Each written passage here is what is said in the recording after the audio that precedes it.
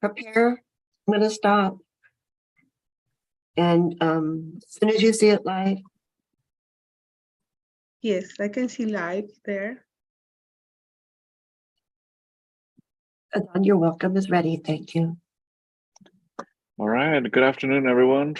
Thank you for joining us today. My name is Adan Sanchez, and I am currently serving as the Acting Dean of Student Affairs here at San Diego City College.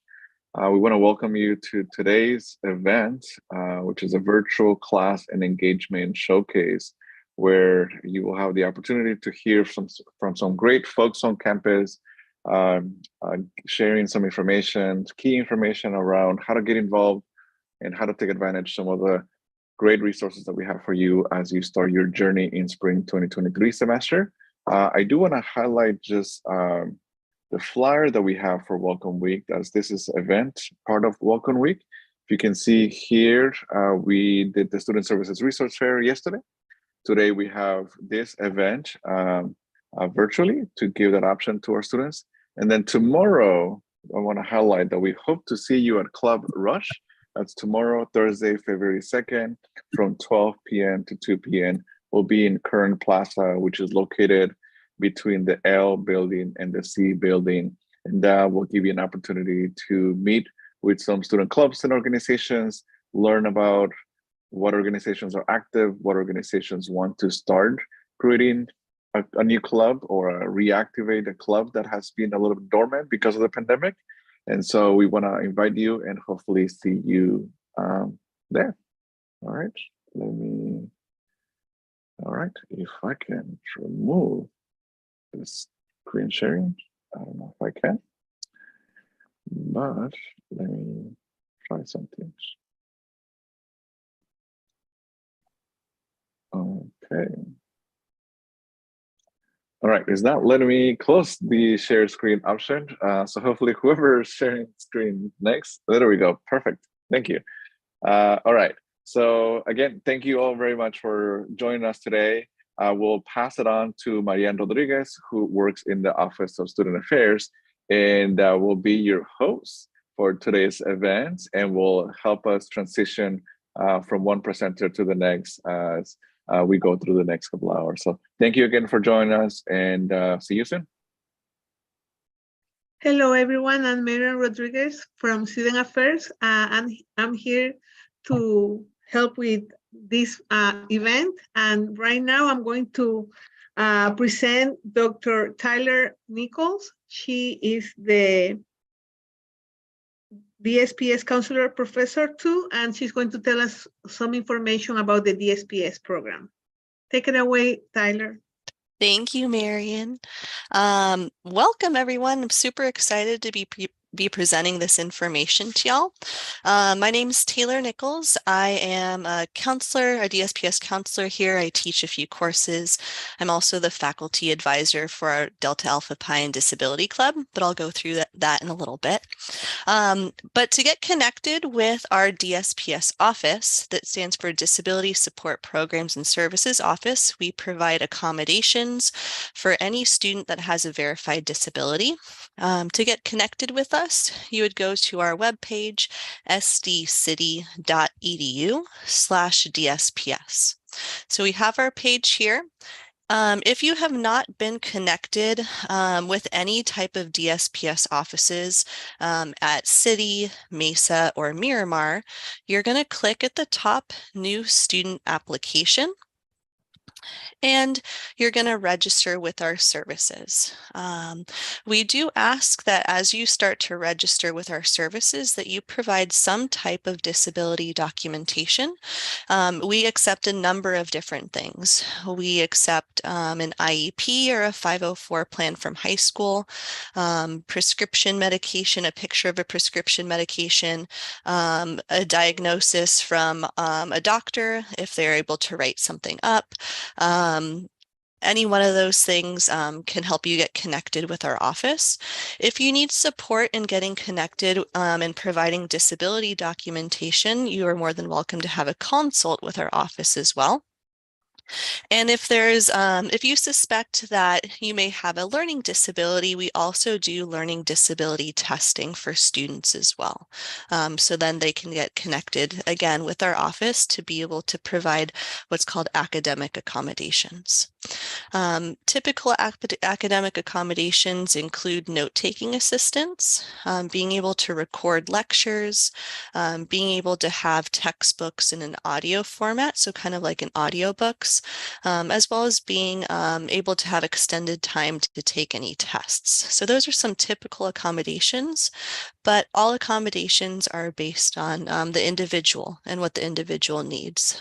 So again, it's very specific to maybe what you experience based on some disability symptoms that you have. As part of DSPS, we have our High Tech Center. I'm located in it right now. I'm in A113. And in the High Tech Center, we support students with disabilities with any kind of technology challenges they may be having, such as navigating Canvas, being able to download something onto their computer, as well as providing technology training for students, especially in regards to assistive technology. So example, those audiobooks that I was talking about earlier. In addition, we have our Delta Alpha Pi and Disability Club. This is right on our homepage as well. The Delta Alpha Pi and Disability Club is for students with disabilities as well as their allies. We meet on the first and third Friday of the month on Zoom. As a part of Delta Alpha Pi, these are for students with disabilities who have a 3.1 GPA or higher and have a minimum of 24 units completed. Some benefits of being part of the Delta Alpha Pi Honor Society is that you get the Honor Society on your transcript, and it's a lifetime membership. And then at graduation, you also get a cord and a pin to wear. So it's a pretty awesome experience. We've had a few graduations now that our members have gone through, and they always felt really proud being a part of Delta Alpha Pi and our Disability Club. To sign up for our club, we have the membership application right on our website.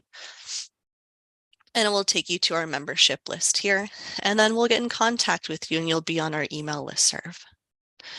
And on our website as well, if you have any questions, you're more than welcome to stop by. We are located on campus in the A building on the first floor.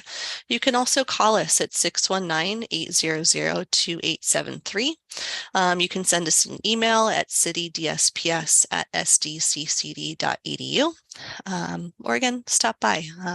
We're more than welcome to help you out. And then we hope to see you throughout this semester and your time here at City College. So thank you. Thank you, Tyler, for sharing all of those important information to our students.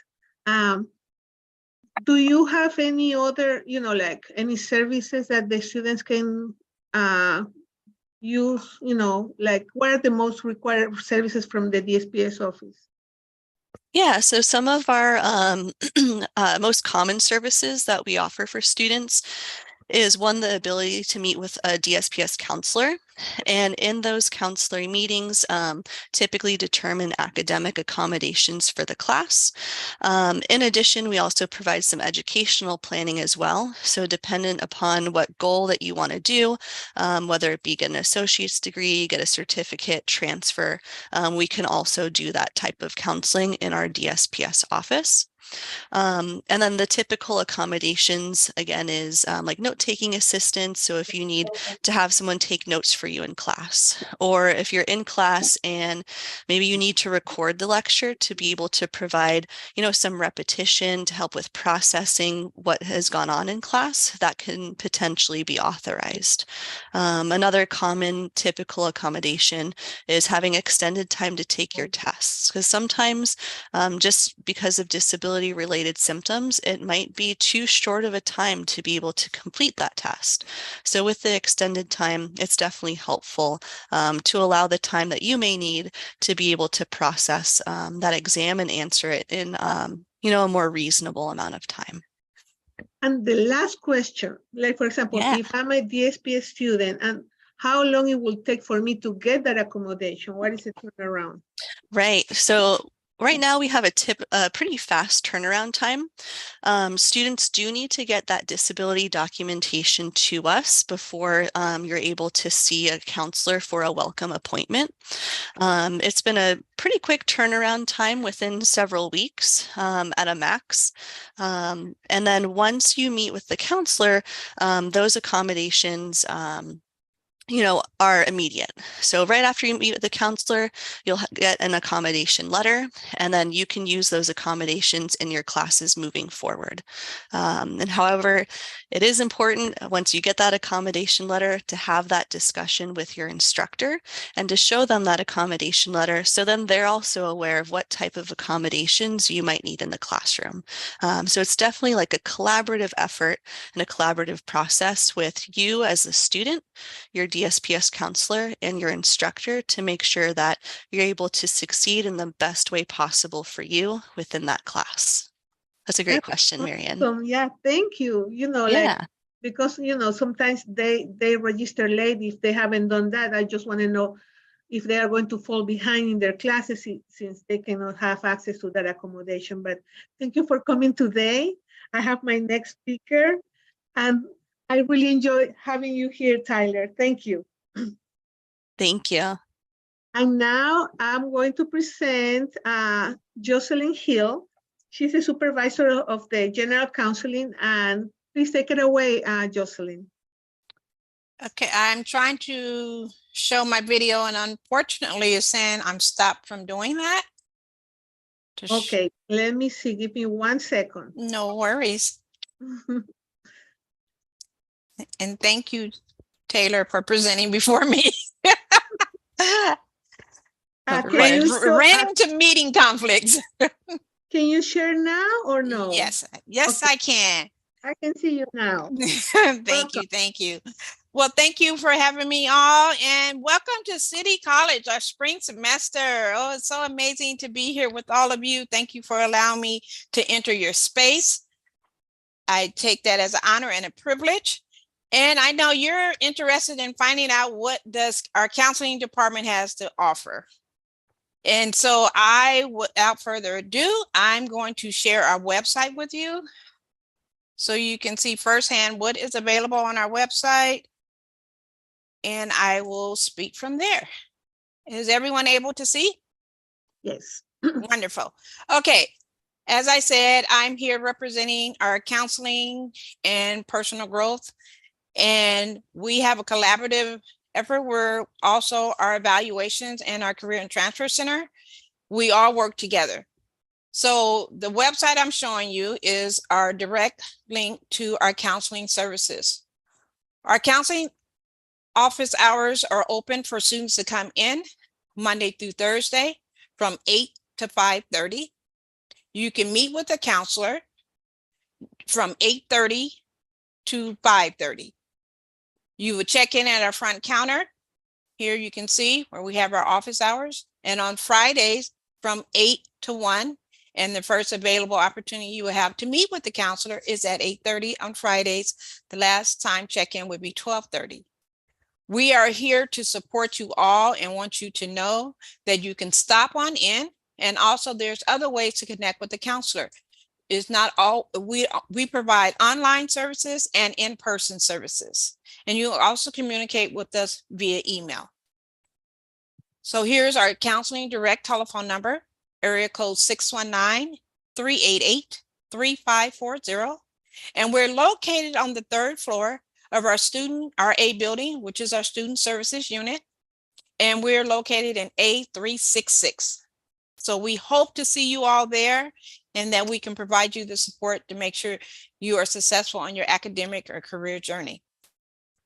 For our front office, if you had a general question and you couldn't get through to the telephone, you can also email us, which is citycounseling@sdccd.edu. Just please, we ask that you be patient because right now it is our peak time. Our peak time usually is the first 2 weeks of the semester to add drop, which add drop is February 10th.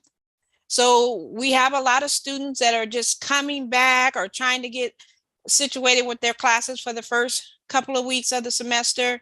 So just please, we ask that you be patient and understanding, but we also want you to come visit us. Don't shy away from that. Don't wait, think you have to wait. We're here to support you and want to make sure you get on the right track.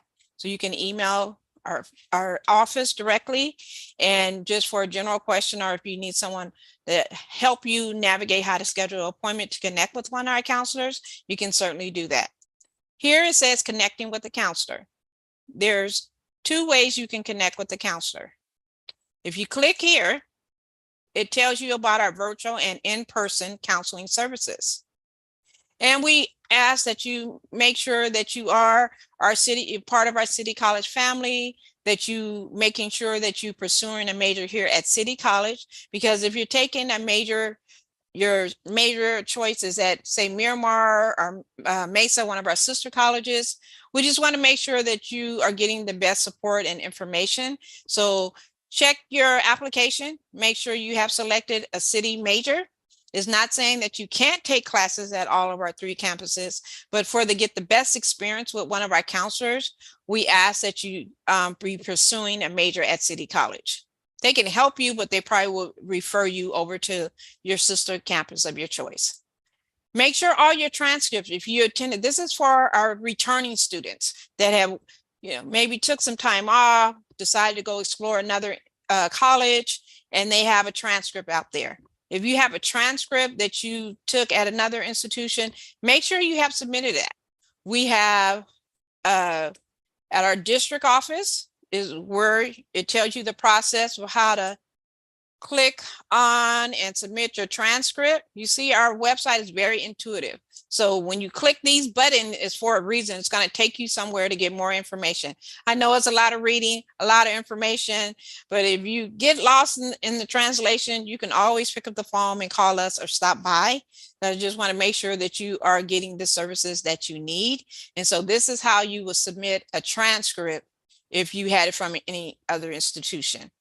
There's forms and documents that you would have to submit to file for your petition for your transcript. See if it'll take me back. It's not taking me back. Can you guys still see the transcript that I'm showing you? Is it still showing that? Or is it still showing the counseling department? The SDCCD transcripts information. Yes, perfect. Okay. All right. So we're going to go back to how to connect with the counselor. And so here we have it all on our website, how to connect with us. And so if you are a first-time student, you want to make sure that you completed the new student ed planning session. This is for new students. When you're first joining us, we ask that you log on to our Canvas for a new educational plan that gives you information on it, orients you into the college. So it will give you information how to register for classes. When should you meet with the counselor? So it's very important, all new students, and our new students is the ones that haven't attended college before, just coming back to us, brand new to our college. So you would want to complete this so you can get on the right track. And then it tells you how to connect with a counselor after you completed this. Now for our returning students, say you've been here last semester and you haven't met with the counselor yet. These are our continuing students. So it's very important that you click on our appointment scheduler. And this is all you can do, it self-select an appointment. So you will put your student ID information in here like I'm doing right now. I'm saying I read the conditions. That's just telling you about our FERPA conditions. And when you make an appointment, if it's in Zoom land, which is virtual, or if it's in person, that we're asking that you apply to these conditions and privacy statement. So when I sign in, I'm going to say I want to schedule an appointment. So I click on that. And then it gives me some options. All I have to do is say search. So it's going to bring me up whatever's available. So right now, if it says no appointments available, unfortunately, that means all of our appointments are booked for the next 2 weeks. So you can check back. I'm gonna go back to the beginning. Counsel, make sure when you do schedule an appointment that you log out Always want to log out any system that you log in because you don't want your information there. So if it says no appointments available, that means our appointments are all booked up for 2 weeks. So you would either call our office and see if there was any cancellations and they can help you schedule an appointment, or you can drop into our office in a couple of weeks to see if we have any more appointments available. So if it says in those 2 weeks, no appointments, say like you tried today and it says no appointments available. If you check back by the end of this week, it may be some more appointments available. Our appointments fill up like 2 weeks at a time. And right now is our very busy time. And lucky for all of you, we are going to have extended hours this Friday and Saturday. So our office, normally I said Fridays, we close at 1. This Friday, we will be open to 4 o'clock. So if you still need support getting into class, you need counselors to help you pick that class for you, stop on by Friday. We will be open from 8 to 4. 8 to 4 this Friday. And on Saturday, we're going to have extended hours as well. So this Saturday, we had it last Saturday and we have it this Saturday. So this Saturday, we will be open from 9 to 1. So if you couldn't get a hold of us Friday or this time this week, you can surely stop by. It's all walk-ins. You don't need an appointment. You just stop by and our counselors can help you. So we do hope that you do connect with us. We do recommend that if you're a first-time new student, that you do the ed planning session, and then you wait a week or two, and then you make your first appointment with the counselor to get help with your classes. And then if you're a continuing student, you should be checking in that semester early on in the semester to make sure you're on track and that you're prepped for graduation. So we know springtime is the time that we celebrate all of you. And so if you're near that completion point, you want to check in with the counselor to make sure that you're on track for graduation. And then the last way you can connect with the counselor, you can send an email. When it says ask an e-counselor, you can send an email to our counselors. You just click, you have to be on our website and you click here, and that's how you can connect with the counselor via email. So if I click here, it's going to take me to an email prompt. Then I will submit a question and it's general questions. It's not directly to your academics because the counselor will not access your student record. It has to be via a virtual appointment or in-person appointment. So you can ask a general question. Say, if you wanted to know how long does it take to process a petition form? That's a general question. A counselor can ask you that. Or when is graduation? That's a general question. They're not accessing your academic records. But if you had a question that's specific to you, you need to call our office to schedule an appointment, or you can go online to the counseling website and self-select. We have in-person opportunities and we have online opportunities for students to meet with the counselor. And those are 1-hour appointments that are virtual. In person, we have walk-ins, and those usually are from 15 to 20 minutes, and they're quick questions. And so just be aware, and like I explained, during this time is our peak time. So the wait may be a little longer than usual, but we will see you and help you on your academic journey. I know a lot of folks that are coming back or coming from another college may already taken a course, say like an English course, and they want to get the next level course. So that's called, you need to have your prerequisites cleared. And so you can do that online as well. You don't have to come directly into the counseling office to clear your prerequisite. So what's important for all of you to know, that we're here. We're here on campus to support you, and we also supporting you if you can't make it to campus.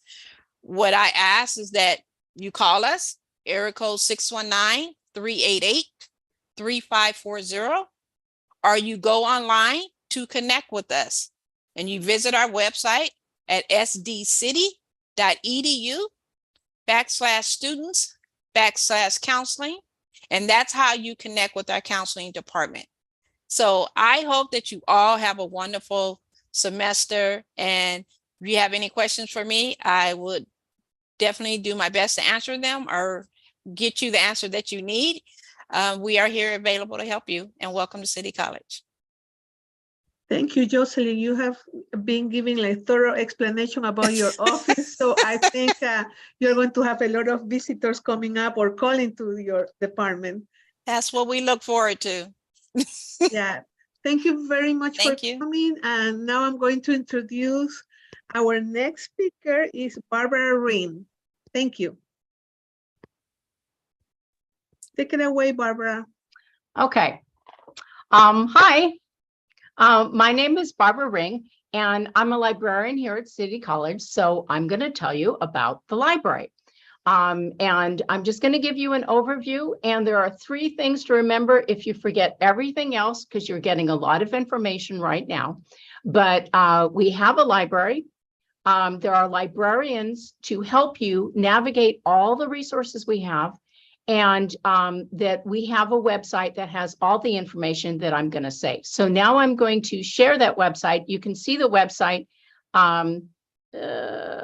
right here, library.sdcity.edu. You type that in, you'll get the website. You can also get it off of the San Diego City College website. There's in the middle on the upper ribbon, there's a link for the library, but the direct is library.sdcity.edu. So now I'm going to share my screen.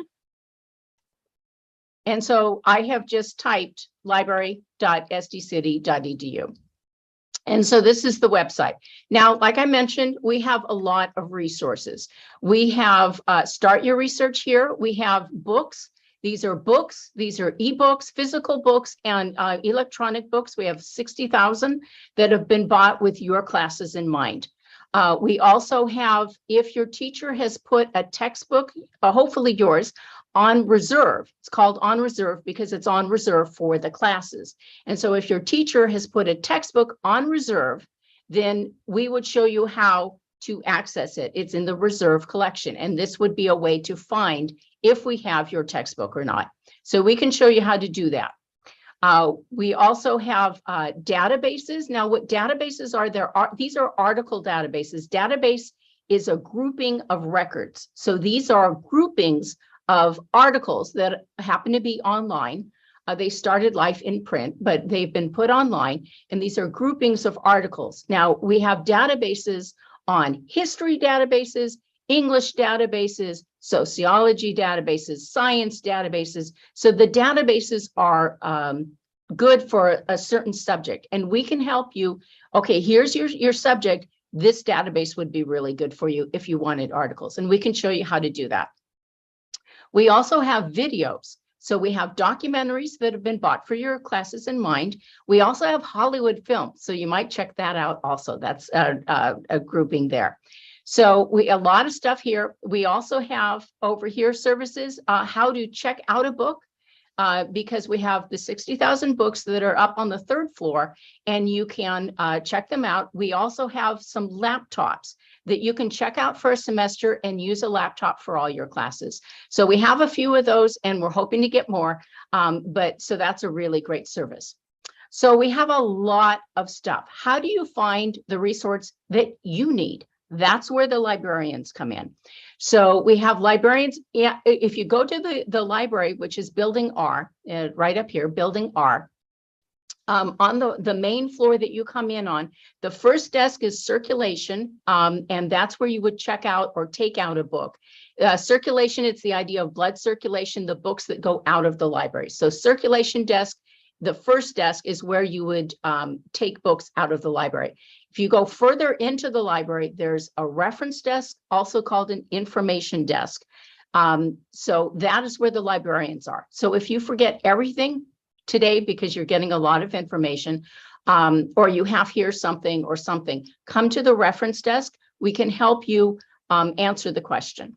And we will talk about, help you guide you over this website also. So we've got that, and there are ways you can contact us. You can come in physically into the library. You can also call us 619-388-3421. You can email us citylib@sdccd.edu. That's the way to contact a City College librarian. If it doesn't matter which librarian it is, we have this chat service over here. It's a 24/7 chat service. So anytime, day or night, you can text a librarian. Probably not City College, especially at 3 a.m. But it could be, it's librarians all over the world staff this. 3 a.m, it might be a librarian from England or Australia. But you can ask your question and they will answer with information from this website. So if you're doing a paper and you're stuck and you're like, I don't know what database to use, I'm not finding the information I want, use this chat service and they can help you find the information you need. Or you can come in or call us or email us. But this is really good for any time, day or night. You don't want to come into the library, use this chat service. It's really good. So we have other things. We have a research appointment down here. You click on that. That would get you 30 minutes with the librarians. You schedule it. That's where the link goes to schedule. 30 minutes with the librarian. So say like you've got a paper that has, you need books, you need articles. It has several different subtopics and you're like, I don't know where to start. Feel free to schedule a 30 minutes with a librarian, and it's a City College librarian, and we'll go over the paper and suggest, okay, this is how you might find books. This is article databases that would be good for you. These are subject terms to search for. So we'll help you with that. It's a really good service. We also have study rooms that you can schedule for your group projects. We've got computers at the library. We've got a lot of stuff. We have our hours here. Monday through Thursday, 7:30 to 7 p.m., Friday, 8:30 a.m. to 12:30 p.m., and we're closed on the weekend. We also have right now tours of the library. That's the second and third week. And when you click on that, it pulls up to a schedule you can actually read. But the tours are really great because I'm doing a lot of talking, but it makes more sense when you physically come to the library and we take you around and we say, here are the books that you can check out. Here is where you print. Here is where you can ask questions. And so, and you can ask your questions. And so that's 30 minutes. Some teachers will offer extra credit if you take the class, so we can stamp your tour schedule afterwards, and you can give it to your teacher if they offer extra credit for taking the tour. So those are really good, very helpful. You also find out where the library is. Building R. We also have a library science class, which is a 1-unit class that is really good for learning how to do research, why you are doing it, because if you understand what research really is, it makes more sense as to what you're doing, and it starts just getting easier the more you know about it. We also go through citations. So if you have problems with citations, number one, use the English Center, but also we go through some of the citation styles. So that's 1-unit class, transferable, starts in I believe the 3rd week. So you can still sign up for that. So that's really good too. So these are a lot of things that we have, but the 3 things that I wanted to really stress: we have a library, so find us. Number 2, we have librarians who can help you with all these resources. We can help you find the resource you need.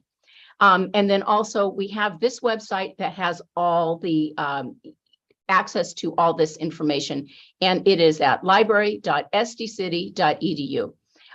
So welcome. I hope to see you in the library, and we'd be happy to help you. Thank you very much. Thank you very much, Barbara. What a well of knowledge you are. Thank you for sharing that with our students and for making it here today. You're welcome. Thank you for having me. Bye.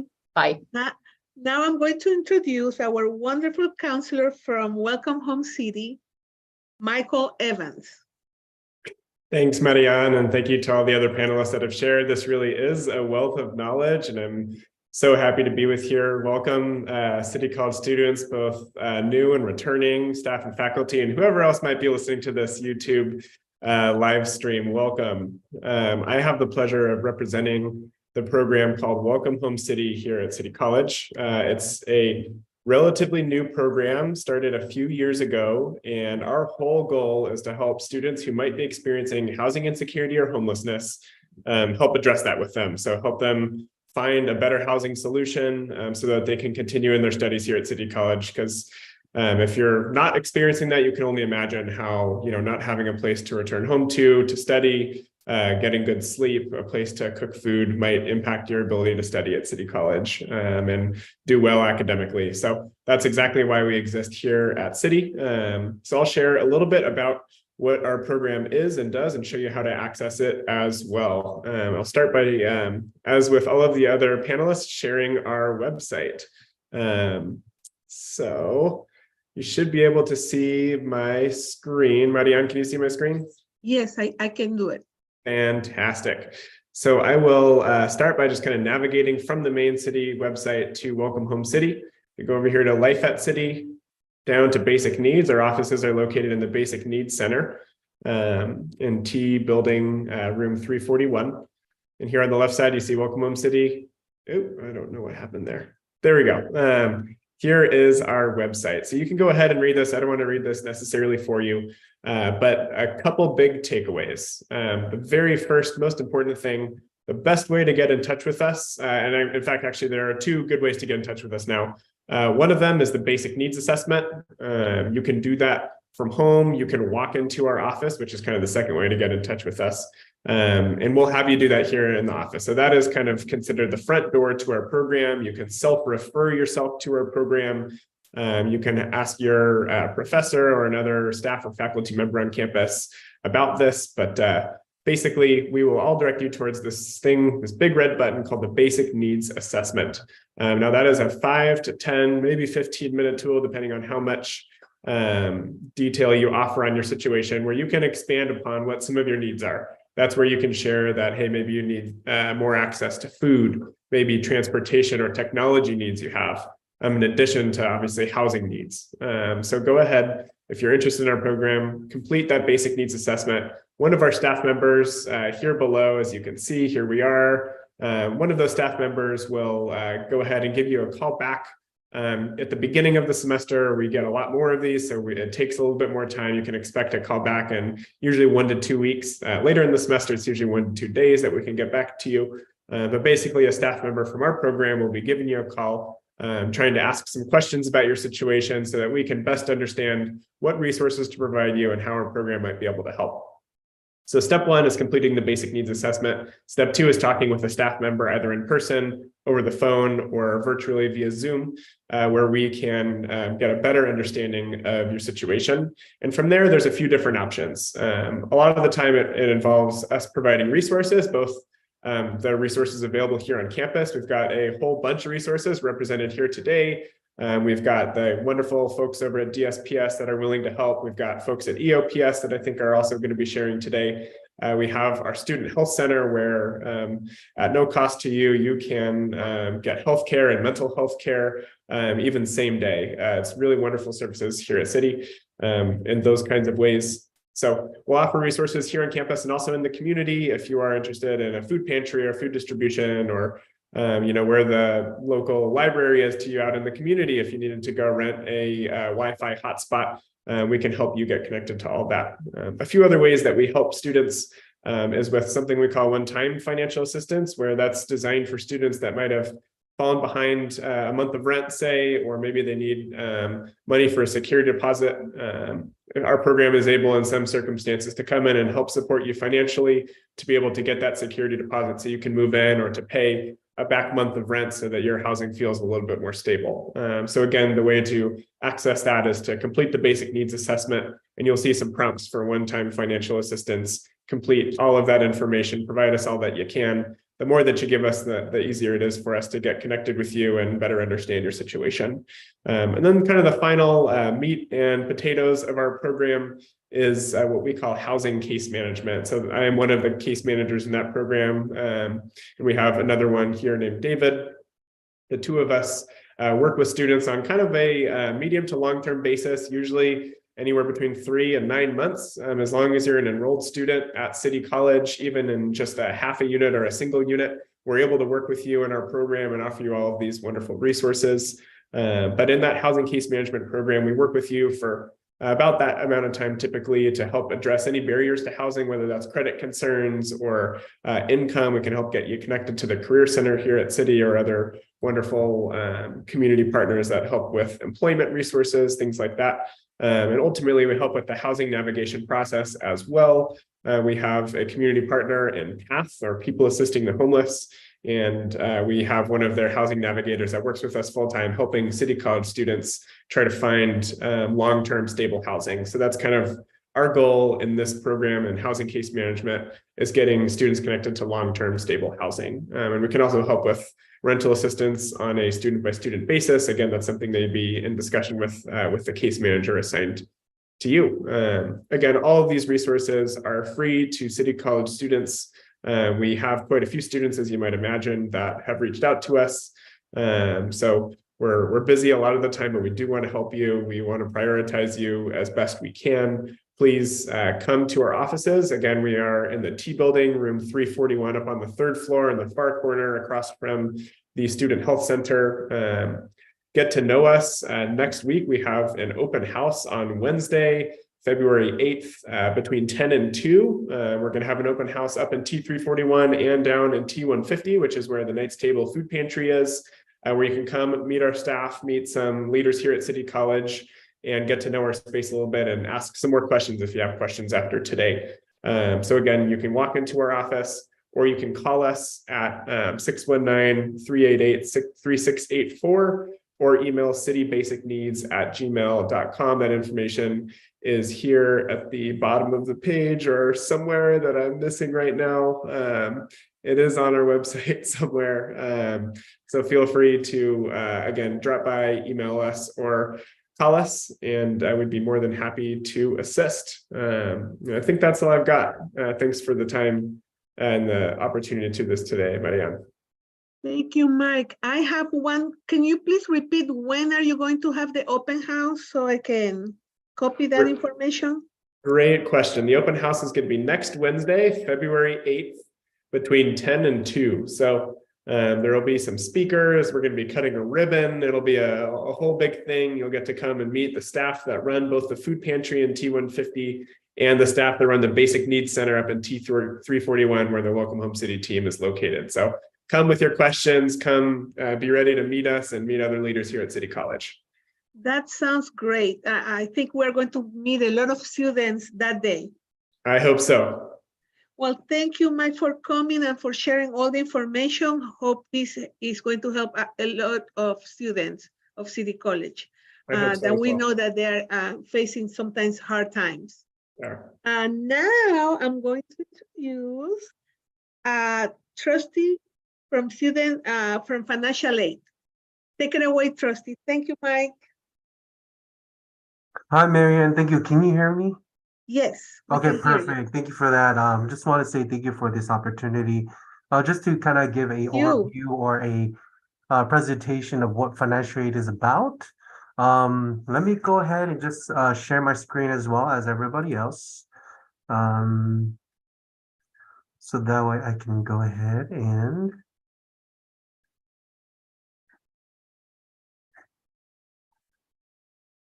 okay. Sorry, give me just a moment here. No worries. Take your time.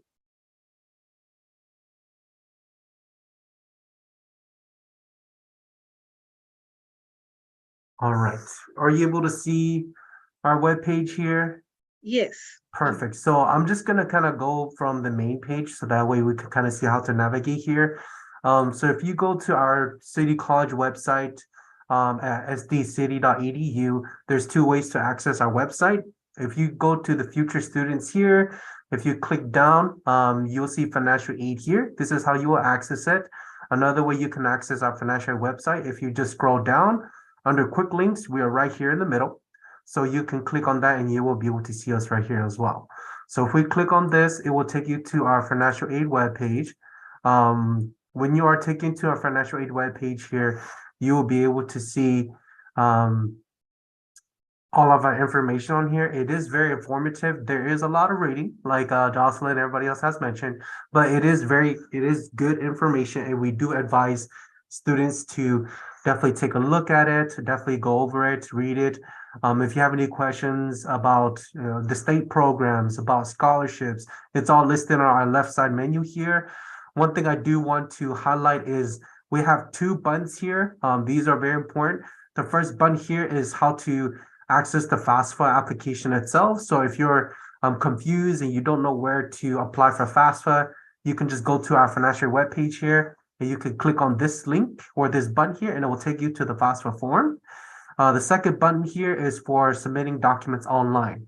So we do have a online system through Jira management in which students can submit documents online. So if you click on this button here, it will take you to our online submission link where you can submit documents. So if you're interested, or if you're not able to come to our office and visit us and you want to submit documents, you can submit it through here online. Please be aware that there are specific documents that do require students to come in person. For example, the loan applications do require students to come in person, but potentially all other documents can be submitted online. So you can click on here. And then we do have a video here. And like I mentioned, our office hours are 8 a.m. to 6 p.m. We are open from 8 a.m. to 1 p.m. But then like the other student services department, we are open for extended hours this week. So we'll be open from 8 a.m. to 6 p.m. And then on Friday, we'll be open from 8 a.m. to 4:30 p.m. And then we'll also be opening on Saturday from 9 a.m. to 1 p.m. as well.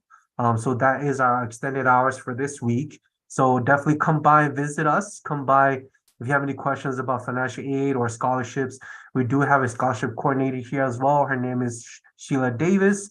She is our scholarship coordinator here. So if you have any questions about that, or if you are interested in a classroom presentation about scholarships, you can definitely go ahead and come and speak to us, come and ask for her. She'll be able to help assist you with that. So now that I've shown you guys how to navigate to our financial aid webpage, to navigate to our information on the panel over here, let me go ahead and move on to explaining and describing what financial aid is and what it's all about. So I'm just going to go over to my PowerPoint here. Let me go ahead and share this. Marian, are you able to see my PowerPoint presentation here?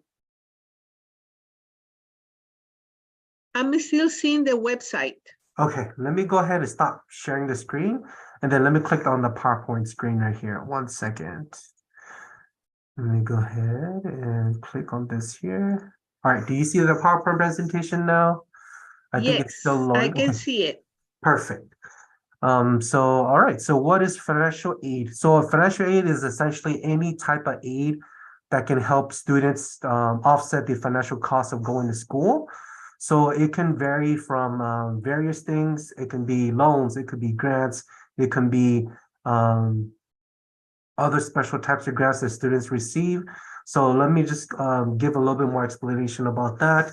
So grants, there's various types of grants. One of the most well-known grants are the Pell Grant and the California College Promise Grant, which is formerly known as the BOG waiver or the Board of Governors waiver. It's the waiver that pays for students' tuitions and fees. So those two are the main grants, but there's also the federal SOG grant, there's work study, and there's also the CHIEFE grants. So these are all the different types of grants that students are eligible for. Grants are money that you don't have to repay, and they are based on financial needs. So this money is given to students to help offset the financial cost of going to school. And like I mentioned, grants are not required to be paid back. The other thing is scholarships. Like I mentioned, our scholarship period is open. It was open since December of last year, and it will be open until February 26th. So if you go to our financial webpage, like I showed before, if you go visit our scholarship webpage, you will see that there's over 50 scholarships that is available. Please take a look at that. There is a lot of opportunities. You can apply for more than one scholarship. There are various scholarships. They do have different requirements, but we do encourage students to apply for scholarships as they are also money that does not have to be paid back. It is given to you, it is awarded to you to help you pay for school, for books, for cost of living, for various expenses that you have while going to school. Another type of financial aid is work study. Work study is federal and college funded. It's where you can earn wages and salary and where you can earn wages and work off campus or on campus. It's considered part of financial aid, but at the same time, it's a job where you can gain hands-on experience working on campus or off campus. So that's another type of financial aid that students can apply for. We do have a work-study coordinator here as well. Her name is Lori Mendoza. If you have any questions about work-study, once again, you can visit our website, or you could come to our office. You can call our office and ask to speak with Lori if you're interested in applying for work-study. The other type of financial aid is loans. With student loans, of course, student loans must be paid back, of course, with interest. But then there are two different types of student loans. There is the subsidized loan that doesn't include interest until you're done with school. And then there's the unsubsidized loan that does include interest right away. We do encourage students to kind of stay away from loans, but of course, we do understand that the cost of going to school can be quite expensive and it could be costly. So with student loans, we do encourage students to apply for the subsidized loan and the unsubsidized loan, as those will be able to help students be able to continue their education. Moving on, so who can apply for financial aid? Of course, there is no age limit.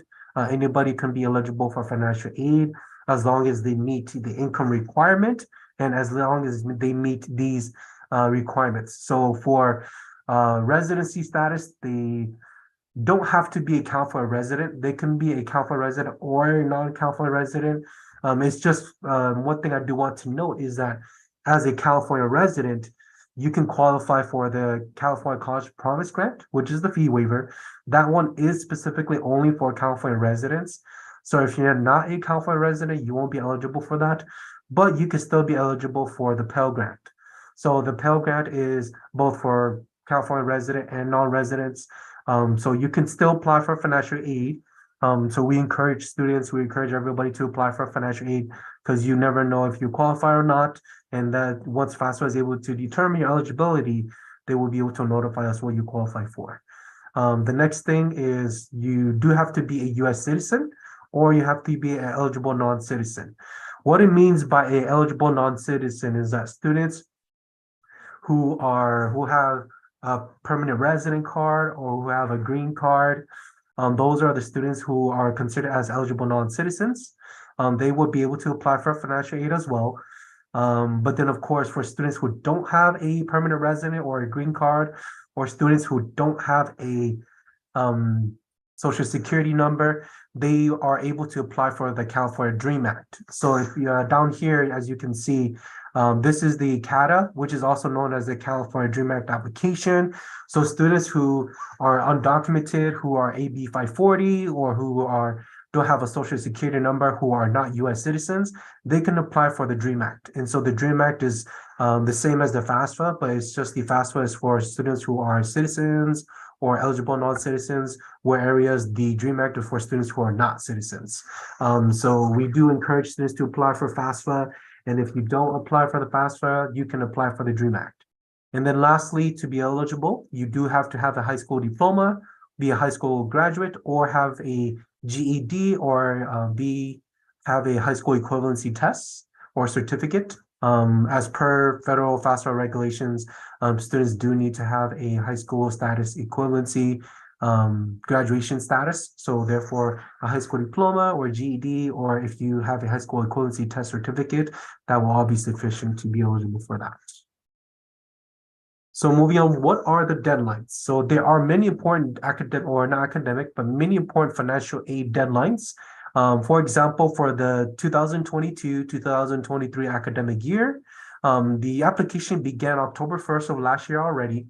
So one key date I would like students to remember or students to note is that the academic year and for the financial aid applications, October 1st is when it opens every year. So this application for the 23 to 24 academic year opened October 1st of last year, and it goes all the way until June 30, 2024. So there's roughly a pretty big time frame and time period for students, but we always encourage students to apply as early as possible, because the earlier you apply, you will be able to meet the deadlines. For example, for Cal Grant, the deadline to be eligible for the Cal Grant is to apply before the March 2nd, 2023 deadline. So if you apply after that date, you may lose your eligibility for Cal Grant. Cal Grant is another state grant, state aid that is provided to students. So we want to encourage you and everybody to apply as early as possible. And then additionally, for April is priority consideration for work study students and also for the federal SOG grant. The federal SOG grant is the Federal Supplemental Educational Grant, which is an additional grant aside from the Pell Grant that is awarded to students. So in April, if you apply before April, you'll be considered for a priority consideration for that. For the September 2nd, 2023 deadline, that is the Cal Grant, the other Cal Grant deadline. So if you miss the March 2nd deadline, you will have a second chance to be eligible for the Cal Grant, but then keep in mind that the September 2nd, 2023 deadline is only for community colleges. If you are planning to attend a university or a CSU, you will have to apply before the March 2nd deadline. If not, if you're going to a California community college, you can definitely apply before the March 2nd deadline. And if you miss that, you can still be eligible for the Cal Grant if you apply before September 2nd. But once again, for the date for September 2nd, the priority is given to students who apply before March 2nd, and then you will receive, once the requirement and the entitlement has been given to students who applied before March 2nd, then if there's any Cal Grant was left over, then you'll be considered for the September 2nd deadline. And then, like I mentioned, the deadline for the academic year for the Pell Grant in general is June 30, 2024. So we do encourage everybody and students to make sure you just apply for financial aid as soon as you can. Moving on. So how do you apply for the FAFSA or the DREAM Act? So the FAFSA application is online. It is free. So what FAFSA stands for is it stands for Free Application for Federal Student Aid. So it's free. If you go to a website and you apply for financial aid and you're being charged for that, that is a fraudulent or a scam website. Please do not apply because it is free. The FAFSA application is free. So if you are ever asked to make a payment or asked to provide some type of payment for that, please keep note that it is free. You do not need to pay for the FAFSA application. You can also apply for it through the mobile app if you download it. And also you can do it via paper. So the paper application can be mailed to you and you can definitely apply for that through there as well. Next, for the DREAM Act is also online as well. It is two different websites. So the California DREAM Act is applied through CSAC, which is the California Student Aid, whereas the FAFSA application is applied for by federal student aid. So as you can see, it is two different websites. But then of course, like I mentioned, the eligibility are different as well. And so that's why they are applied through different departments or different websites. So once again, the DREAM Act is applied online. It is free as well. And also, of course, you can do the paper application as well. So some of the common questions that we have here with the financial aid is, how often do I reapply? So like I mentioned with the deadlines dates or so, you will apply on October 1st. So October 1st, the application period is open.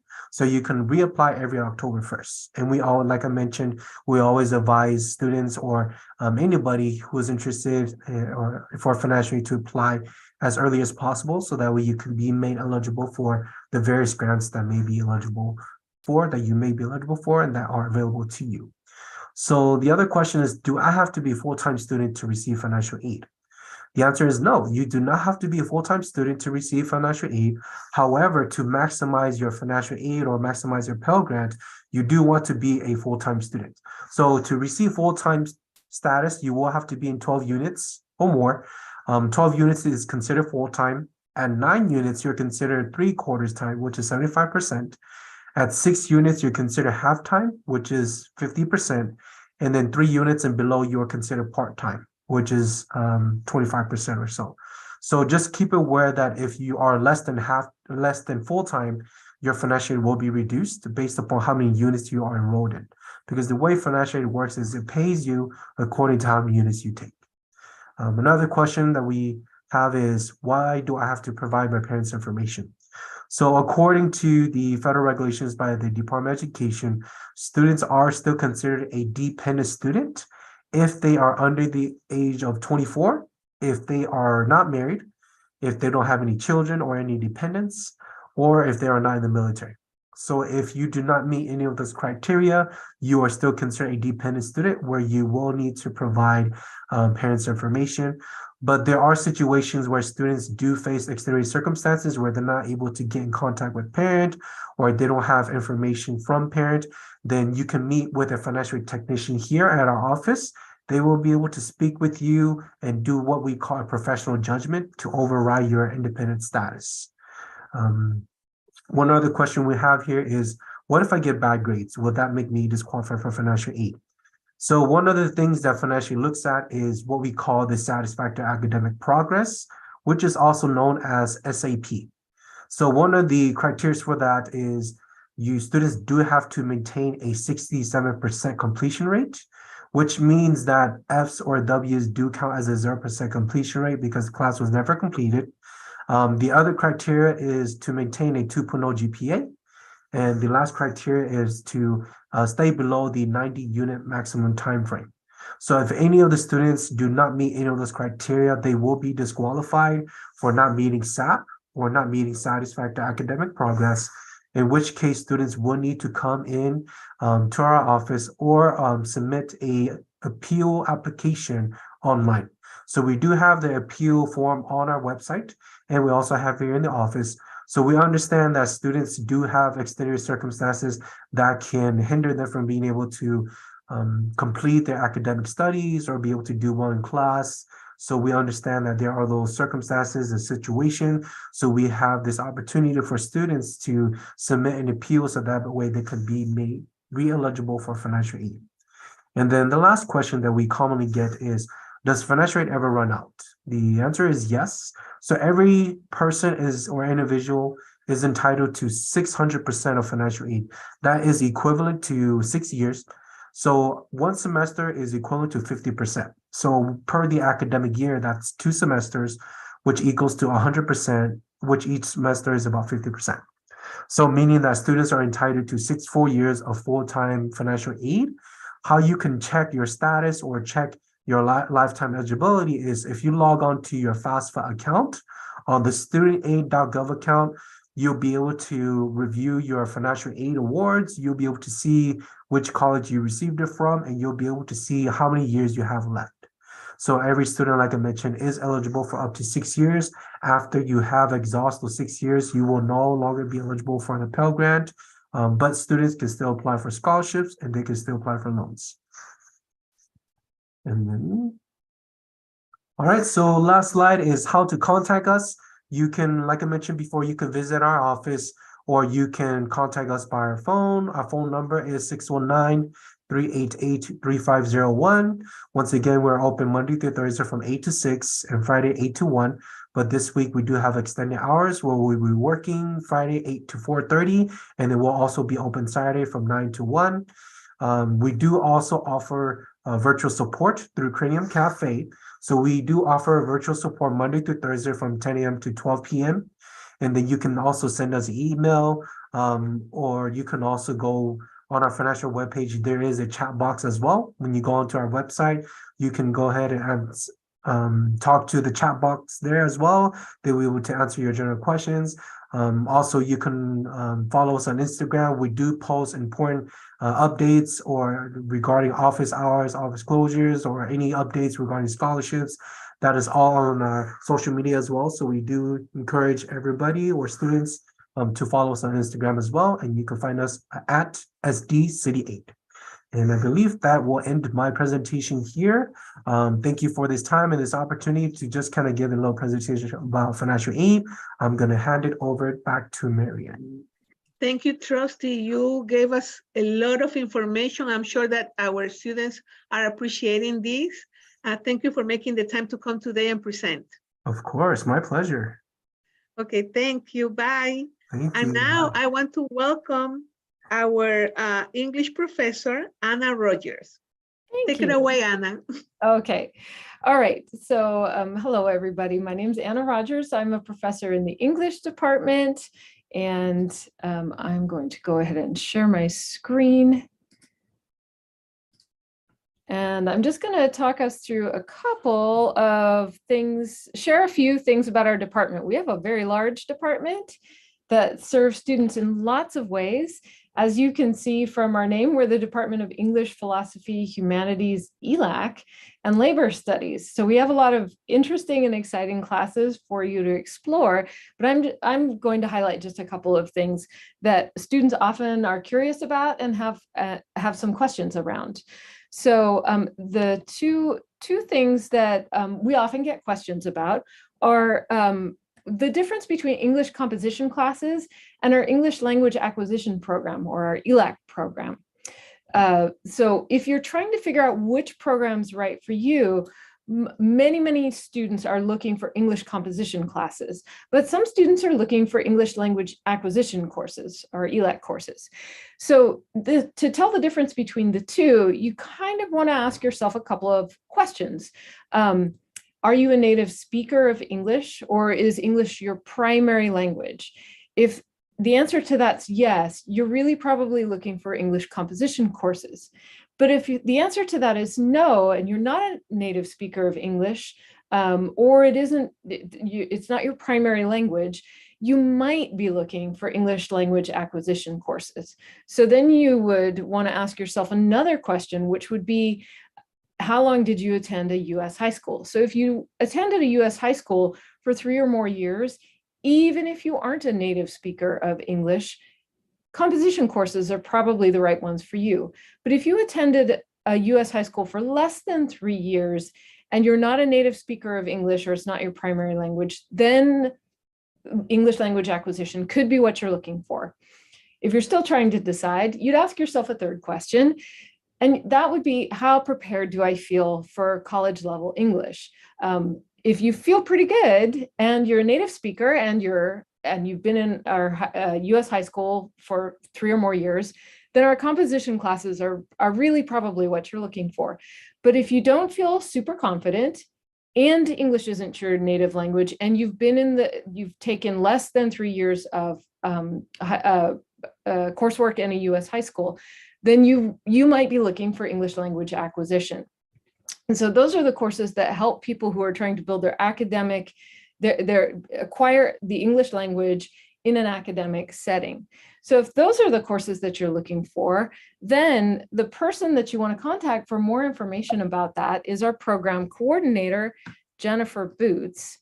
And her information is right there. And she is very happy to connect with students who are interested in that program and figure out the right course for you. We have multiple levels where you can enter and build your English language skills. So if composition courses are what you're looking for, then you have some decisions to make. And so I'd like to give you a little bit of information about the two options for transfer level English composition courses that most students are curious about. You'll see on our schedule that we offer classes that are called English 101X and English 105X. And then we also offer classes that are labeled English 101 and English 105. Most students are looking for English 101X or 101 classes. These are our transfer level English courses. And our English 101 is a 3-unit course, and it's transfer level, and it's the class that you would take if you're prepared to go directly into transfer level English without additional support. But if you feel like you could actually use a little bit of extra support in your English class, maybe you'd like to have a class with a tutor attached to it, because that would be a feature of our 101X class. You can opt for English 101X, which gives you 2 additional units. So you have your 3 units for your English 101 class, and then you have 2 additional units of support course time. And what that means is that you have more time to work with your instructor. You have tutors available to you, not just in our tutoring center, but in the classroom with you. You do more of your writing work and your reading work in the classroom, and you get a chance to get more feedback and more hands-on interaction with your instructor. So those 101X courses are a really good option for you if you're ready for your transfer level English, but you just feel like you want a little bit of extra time, a little bit of extra support for as you're doing your composition coursework. As you're working through your composition courses, one thing to keep in mind is that as the English department, we also offer some courses that you may be interested in that fire either your creative side or your love for literature. So additional options that are available to you through our department are our lit sequence, and then also our creative writing sequence. So just to highlight a few of these classes for you to be looking at as you're thinking about courses you might want to take. We have Introduction to Literature, we have American Literature, we have British Literature and World Literature. In addition, we offer Shakespeare, we offer Women in Literature, we offer Hip Hop Literature. And then for those of you who, so those are for the students who love to read. And then for those of you who love to write, we also have Introduction to Creative Writing, we have creative nonfiction, we have writing poetry, and we have writing fiction, so short stories and book chapters, those kinds of things. So we have a wide variety of classes that are available to you. And I hope that you're able to find something interesting and fun through our department. Once again, my name is Anna Rogers, and my email, I'll drop my email in the chat for everybody. And if you have questions about English courses, please feel free to contact me. And I'll turn it back over to Marian. Thank you, Anna. Oh my gosh, I didn't know that 101X and 105 existed. Yes, and they're wonderful classes. They are great. Because options. I was a second, I was an English as a second language, and it was struggling for me to go, from an English learner, to compete with college students, English level. Yes. So I think our students are going to take advantage of having those classes available to them. Yes, for students who are taking our English language acquisition courses, that English 101X class is a fantastic way to shift between English language acquisition to college composition courses. Yeah, it's definitely smoother transition. Yes, it's wonderful. Well, thank you for sharing all of that with us today, and thank you for making the time to come. Of course. I love having you here. Thank you very much. And now I'm going to introduce our next presenter, Terry Jackson. She is a technician from the EOPS department program. Welcome, Terry. Hi, thank you for inviting. Can I share my screen? Yes, of course, you're a co-host. Let me just share my. All right, well, thank you again for this invite for us to come on and share a little bit about our EOPS program, which stands for Extended Opportunity Program and Services. The EOPS, we assist students in the development of their potential through academic support and financial assistance. The service of EOPS are designed to provide students individualized attention and to support to optimize their opportunity for success. So we're here to help them with their educational journey, and they get all their counseling needs with EOPS. And some of the things that our program offers, we offer academic, career, personal counseling. So they don't have to go to general counseling. They come to EOPS for all their counseling needs. They will get priority enrollment for the fall, the spring, and summer. We also have a couple of supplemental programs at EOPS and EOPS, which is CARE and Next Up, which I will speak a little bit about later. We provide direct grants, and that's all based on our funding. We provide college and university transfer assistance. We provide textbook assistance, and this semester we're giving $300, and each semester is based on our funding. We're providing tutorial referral assistance if they need it. We pay for their associate student body membership sticker. And if they stay with us until they graduate, then we pay for their cap and gown and do a nice reception for all of our EOPS students. We also provide them links for we have EOPS scholarships, and we also have PTK. So if they join the Honor Society to Phi Theta Kappa, they get invited to join, they have to pay the $90 fee, then we will reimburse them that $90 fee for the PTK Honor Society. Our supplemental programs that we have within EOPS is CARE, and CARE provides support for single parents, students at the age of 18 years old, single head of household. The parent or legal guardian of at least one child under 18, and be receiving CalWORKS cash aid for yourself and or child to be eligible for the program. And Margie Spikes Tucker is the care coordinator for that program. And I believe she signed up to come on, and she'll be speaking about the care program. We also have our Next Up program, which provides educational support services to all of our former and our current and former foster youth. So if you're a current or former foster youth, we invite you to come and apply. The eligibility requirements are you have to be a California resident, qualify for the California College Promise Grant, be a current or a former foster youth in California whose dependency or wardship was established on or continued by the courts on or after your 13th birthday, and under the age of 26 beginning the academic year. And our coordinator for that program is Salonga Regustos, and our technician is Ashley Birch. If you're interested, please stop by the office if that fits you, or you can go on the EOPS website and apply for either one of these programs.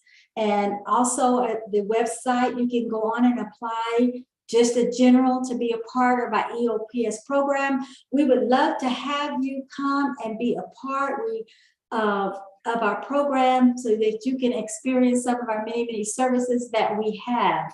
We're also bringing in now parking, paid parking and or trolley. So we have a lot of benefits that's available for our new students that are coming in and our continuing students. If you're interested in contacting us, this is our contact information. You can take a snapshot of that. 619-388-3209, that is the front desk, or you can reach us at cityeops@sdccd.edu. And we're located in Building A, room 354.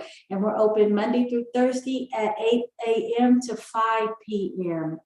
And on Fridays, 8 a.m. to 1 p.m. You can also, you can also reach us on or come and check us out on www.sdcity.edu/EOPS. So again, we're on Facebook and other places. So please come and check us out, join our program. We would love to have you. And again, thank you for this time to be able to share a little bit about EOPS. Thank you, Terry. I want to ask you a question. When can students apply? Are you accepting applications right now? Yes, we are accepting applications currently. So we will be accepting applications, I believe, until the 25th of this month. So they can still apply for our program. Okay, and once they apply, what is the turnaround for them to know if they have been accepted into the program or not? Well, we're trying to get them out as quickly as we can. Normally it's like a couple of weeks. We tell the students just in case, but hopefully we can get them out sooner than that. It depends on where we are with processing the applications. But normally we try to tell them a couple of weeks, but we try to get them within a week. Oh, thank you very much for sharing all of this wonderful information to our students. Well, thank you again for allowing me to share. Okay, thank you, Terry. Bye-bye. Bye-bye.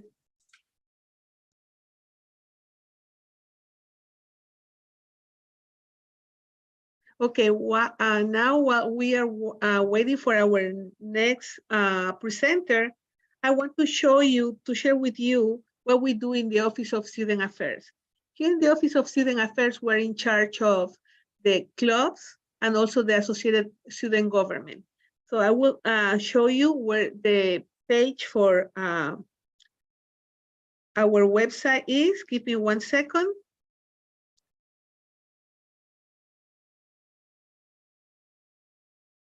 Okay, this is the page to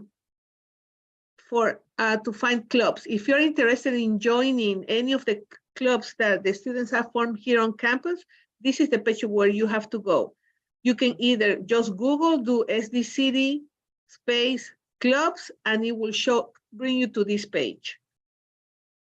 And here are the list of the current active clubs. So you can see here Active Minds, the name of the faculty, the name of the president of the club, and here a little club description of the club purpose, so if you want to know what are they all about. And the ones that have these yellow things that they are pending, they are not active at this moment. And we're looking for you guys to come and join the clubs that are already active or reactivate some clubs. So come to our Club Rush that we're going to have tomorrow in Current Plaza from 12 to 2. You're more than welcome. And if you see me, ask me questions, or you can visit me here in Student Affairs in the room M200. Let me see. I'm going to also show you the page for the Associated Student Government. Give me 1 second.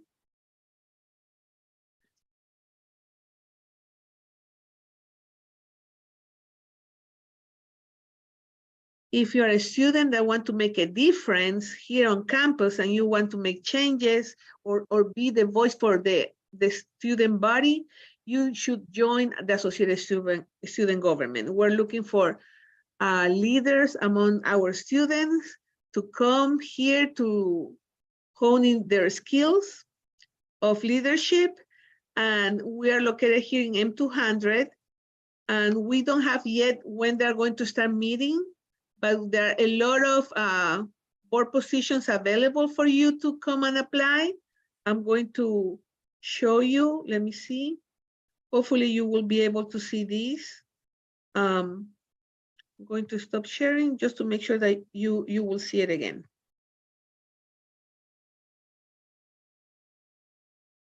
Yes, this is we are looking for board of directors. We have openings in the public relations officers, public event coordinator, webmaster.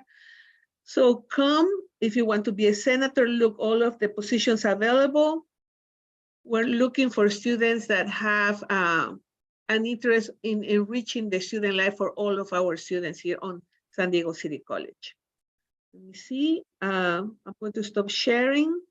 And I see that I have my new presenter here. Give me 1 second.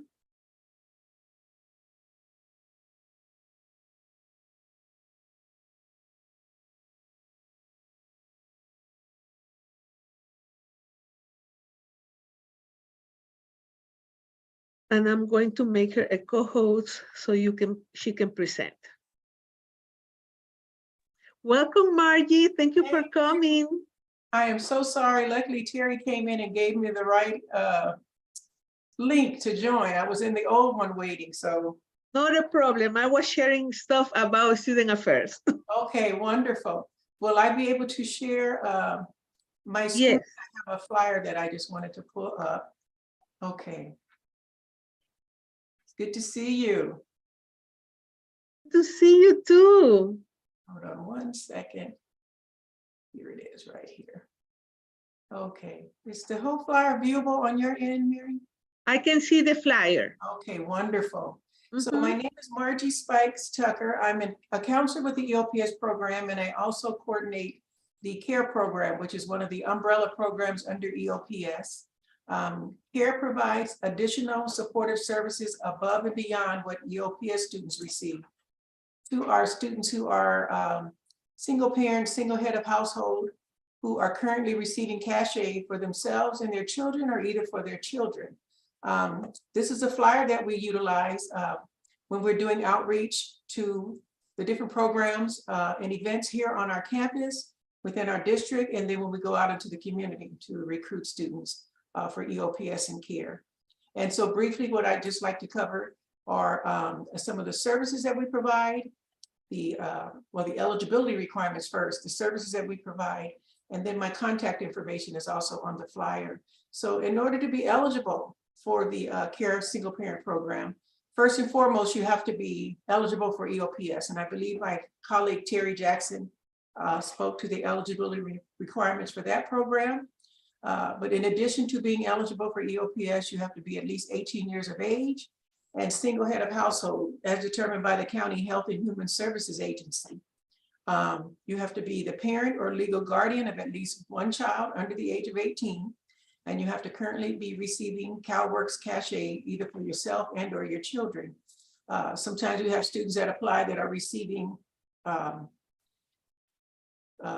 food service, EBT support, or they may be receiving Medi-Cal or other services. But if they are not receiving CalWORKs cash aid, unfortunately, they won't be eligible for this particular program. But then we also try to redirect them to other support services that are available here on our campus that they might be able to utilize. The services that we provide are really designed around this particular population and trying to bring the students together to meet other students that are trying to balance the responsibilities of being a student, as well as a student that is also responsible for raising a family. And a lot of times, because students, their time is so limited and they only have time to really be on campus, attend their classes, maybe do their work, and then rush off and take care of family responsibilities, there's not always an opportunity to meet other students that are living the same lifestyle as you. And so we try to keep that in mind when we're formulating the different workshops and events that we offer through CARE.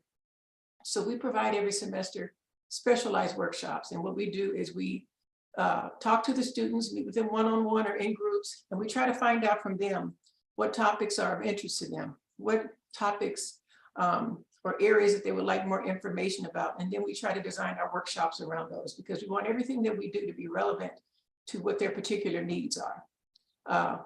We have also offered a Circle of Care support group, an opportunity for the students to come together, you know, for about an hour every other week in a safe space, a comfortable space to just talk to one another, you know, share what, you know, things that might be going on with them, and then provide support to one another based on whatever it is that they are dealing with at that particular time. We usually try to have food. Okay, that's always a nice way to bring students together, but just provide a space for them to come together and network and talk to one another on a regular basis. We're also able to provide direct grants to our students. These are funds that go directly to students that's over and above what they'll be receiving from EOPS if they're eligible, or from the financial aid office. And so these grants do come in handy for our students to help offset some of the costs that they have with attending school and taking care of their families. We're still in the process of setting up a book award that would be separate from financial aid and EOPS. And so I'm hoping that's something we will have in place for the start of the fall 2023 semester. And that will be funds set up in the bookstore and an account for students to purchase additional books that they may need if they use funds beyond what they have for financial aid and EOPS. We assist our students with transportation support in the form of purchasing a semester bus pass for them through CARE, or a monthly bus pass. Once the semester bus pass is no longer available, we will also purchase a parking permit if our students need that. And then we provide them with gas cards throughout the semester on a periodic basis throughout the semester. A new service that we just started last fall of 2022 is we purchase campus meal cards that students can use in our campus cafeteria here at City or Mesa or Miramar, which is a great thing because sometimes our students take classes on those campuses. Those are valued at $50 and we disperse those throughout the semester, typically once or twice each month to the students so that they are able to pop into the cafeteria and grab a meal while they're here on campus. We also provide them with additional gift cards and vendor cards. We've been able to give them Amazon gift cards, DoorDash cards, bookstore gift cards, and I'm trying to think of it. I believe we were able to give some virtual cards. It may have been a Target gift card. I'm not quite sure, but we try to switch up the gift cards each semester and utilize those stores and that students can, purchase things that they may need for themselves or for their families throughout the semester. We have online student resources and information. There's a subscription that I purchase on a yearly basis, and students are able to log into a particular website and just utilize volumes of information that cover a wide variety of topics that may be pertain to them as parents, them as students, and then a lot of other areas that they may be able to use the information for. Students have found it valuable even for the classes that they're enrolled in if they have to write papers or anything of that nature. So I provide them with a login information at the beginning of the semester, and they're able to go in whenever they need to and utilize that information. And then throughout the semester, we have different networking and social activities. At the end of every fall, we have our annual holiday event and Toys for Tots toys distribution. We've been able to request toys for our students through the Marine Corps Toys for Tots probably for the last 28, 29 years. And then we disperse the toys at an event where we have a holiday dinner for the students and their families. We wrap the gifts for the children. We have Santa there. We have entertainment for the kids. This past December was the first time we were able to have this event back on campus in person, and it was really nice. It was really fun to be able to do that. When COVID hit, we were still able to get toys to the students. We didn't have an event per se, but we mailed the toys to the students because we wanted to make sure that we were able to get those to our families, that were in need.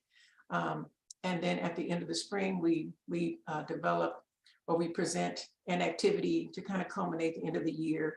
Sometimes it revolves around Mother's Day, but I have 2 males in my program this semester. So we definitely want to honor and respect them, but we will be having some type of an event probably in early May for the students that are in care, because we like to make sure that we recognize their efforts, in terms of just getting through the semester. Maybe you didn't get the grades that you wanted.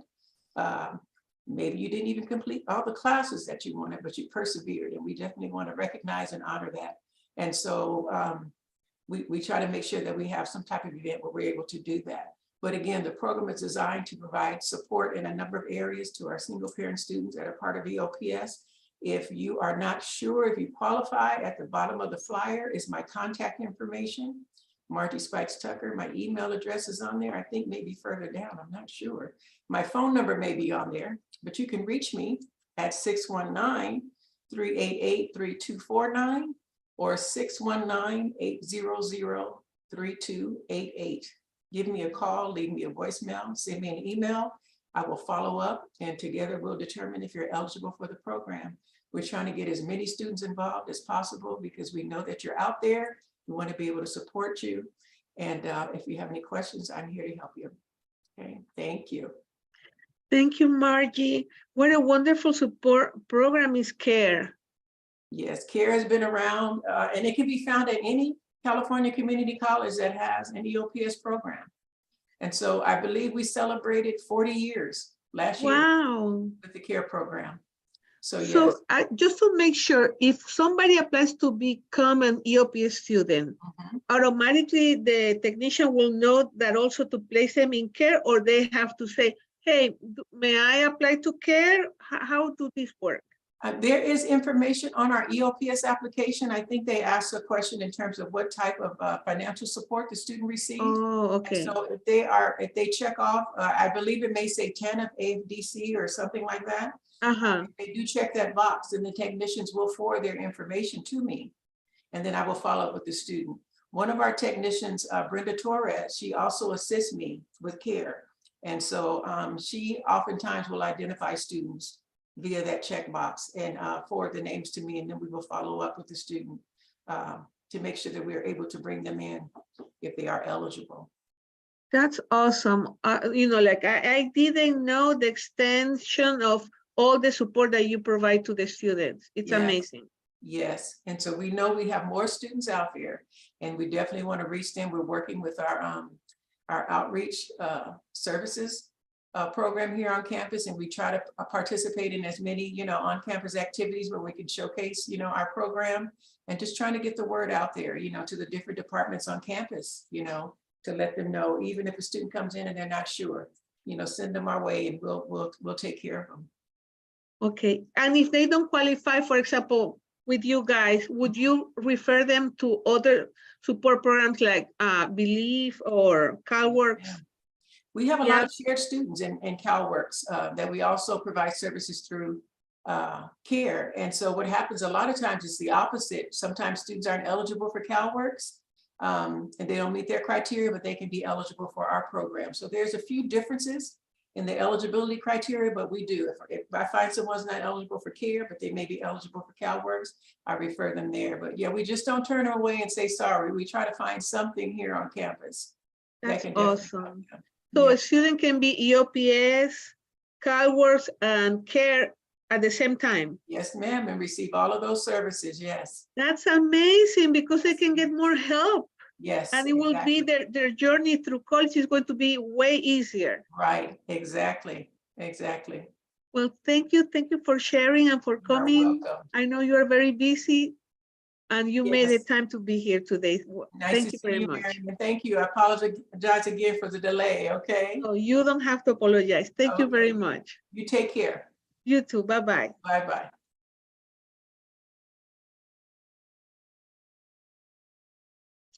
Well, while we're waiting for our last presenter, let me share with you a little bit about student affairs, which is the area where I work. And we are the ones that create these events, so you can learn more about the resources that you have here available in San Diego City College.